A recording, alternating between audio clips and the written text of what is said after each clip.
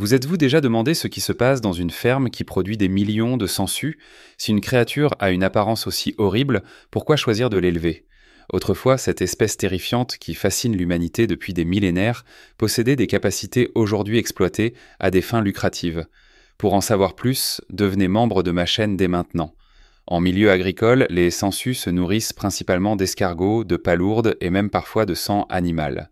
Faciles à obtenir, riches en nutriments et idéaux pour l'alimentation naturelle des sangsues, les escargots et les palourdes ont été sélectionnés comme principale source de nourriture pour ces animaux. Élevage des sangsues. L'alimentation des sangsues doit être régulière et en quantité appropriée afin d'éviter le gaspillage et de garantir la qualité de l'eau.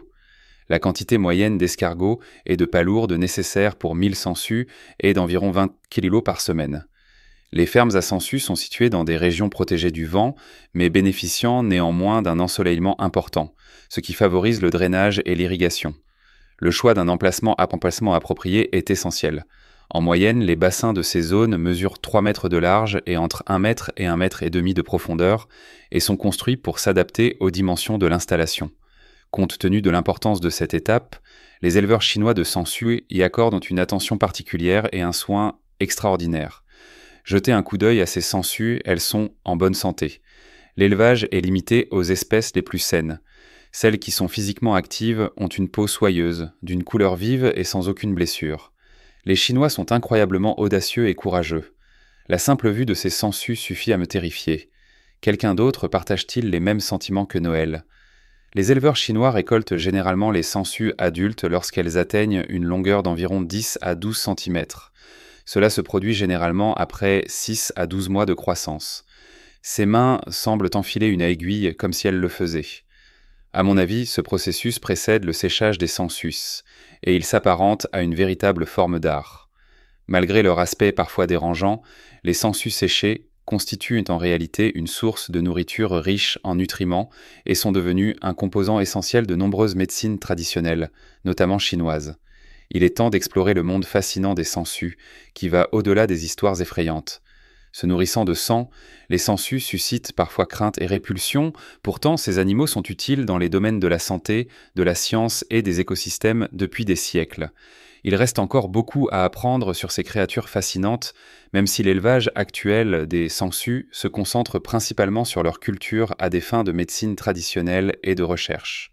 Les sangsues sont bien plus précieuses qu'il n'y paraît à première vue, tant par leur importance historique que par leur contribution surprenante à l'avancement des connaissances scientifiques. Des preuves suggèrent que les anciens Égyptiens utilisaient des sangsues pour les saigner dès 1500. Cela indique que leur utilisation en médecine remonte à des milliers d'années. Dans des civilisations antiques comme la Grèce, Rome et la Chine, les sangsues étaient considérées comme capables de rétablir l'équilibre des humeurs corporelles. Cette pratique s'est répandue dans le monde entier. Tout au long du Moyen Âge, les médecins européens avaient l'habitude d'utiliser les sangsues pour traiter diverses affections, notamment les fièvres, les infections et même les troubles mentaux. L'utilisation de la thérapie par sangsues connaît un regain d'intérêt remarquable en médecine contemporaine, notamment en microchirurgie. La salive des sangsues thérapeutiques contient un puissant anticoagulant, l'irudine. Cet anticoagulant prévient la coagulation sanguine et améliore la circulation. En chirurgie reconstructive, comme la réinsertion de doigts sectionnés ou le traitement de contusions importantes sur des tissus transplantés, cette technique s'est avérée extrêmement utile. L'utilisation de sangsues de qualité médicale dans les hôpitaux du monde entier pour faciliter la convalescence après une intervention chirurgicale témoigne de l'importance de ces organismes dans les soins de santé modernes. Au fil des ans, les sangsues sont devenus des sujets de recherche importants dans le domaine scientifique, en plus de leurs applications médicales. Grâce à la simplicité et à l'efficacité de leurs systèmes neuronaux, les scientifiques ont acquis de nouvelles connaissances sur les processus de régénération et de communication neuronale. Grâce à leur architecture neuronale relativement simple, les sangsues constituent d'excellents modèles pour l'étude du fonctionnement du système nerveux. Cela pourrait potentiellement conduire à des avancées dans le traitement des lésions de la moelle épinière et des maladies neurodégénératives. La salive des sangsues contient des anticoagulants utilisés dans le développement de nouveaux médicaments pour la prévention des accidents cardiovasculaires tels que les accidents vasculaires cérébraux et les crises cardiaques. Les chercheurs étudient également la possibilité d'utiliser des composés issus des sangsues pour traiter le cancer. Cela s'explique par le fait que des enzymes spécifiques présentes dans la salive des sangsues pourraient avoir des propriétés inhibant la croissance tumorale. L'étude des sangsues continue d'ouvrir de nouvelles perspectives pour l'avancement des connaissances médicales, démontrant que ces parasites à l'aspect effrayant sont bien plus que de simples bestioles nuisibles. De plus, les sangsues ne sont pas seulement importantes en médecine humaine, elles contribuent également de manière essentielle à la préservation des écosystèmes aquatiques. Présentes dans les eaux douces du monde entier, elles sont non seulement des prédateurs, mais aussi des proies, contribuant ainsi au maintien de l'ordre naturel. Par leur rôle de prédateurs, certaines espèces de sangsues contribuent à la régulation des populations de petits animaux aquatiques, évitant ainsi la surpopulation, source potentielle de déséquilibres environnementaux. Dans ce contexte, les sangsues constituent un maillon essentiel de la chaîne alimentaire car elles fournissent une source de nourriture à une grande variété de poissons, d'oiseaux et d'amphibiens. La consommation de débris organiques en décomposition et de parasites par certaines espèces contribue même à la filtration de l'eau des contaminants. Les sangsues, bien que connues pour être des créatures terrifiantes, jouent un rôle important dans le monde naturel. Cela démontre que chaque organisme occupe une place particulière au sein de l'écosystème. Bien que la plupart des gens pensent que les sangsues se nourrissent en y suçant le sang, ce n'est pas la seule façon dont se nourrissent les sangsues. En effet, de nombreuses espèces de sangsues sont carnivores, ce qui signifie qu'elles consomment de petits invertébrés comme des vers et des escargots plutôt que du sang. Certaines sangsues présentent même des modifications intrigantes qui les distinguent des autres espèces.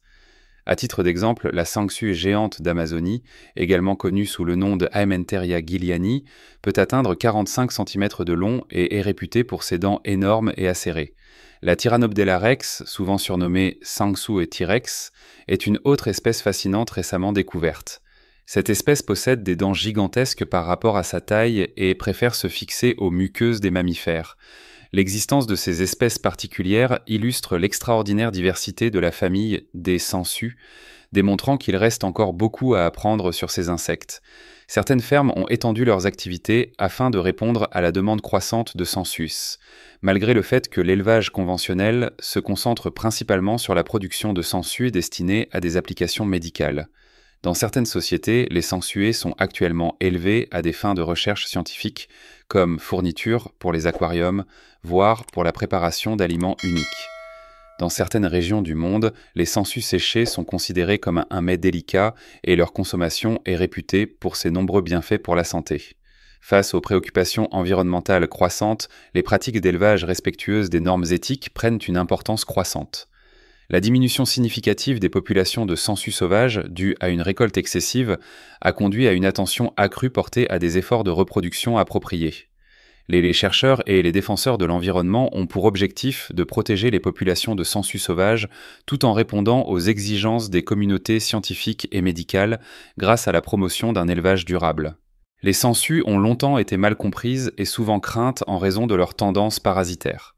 En revanche, leurs contributions à la médecine, à la science et aux écosystèmes mettent en lumière un rôle bien plus complexe et important dans le monde.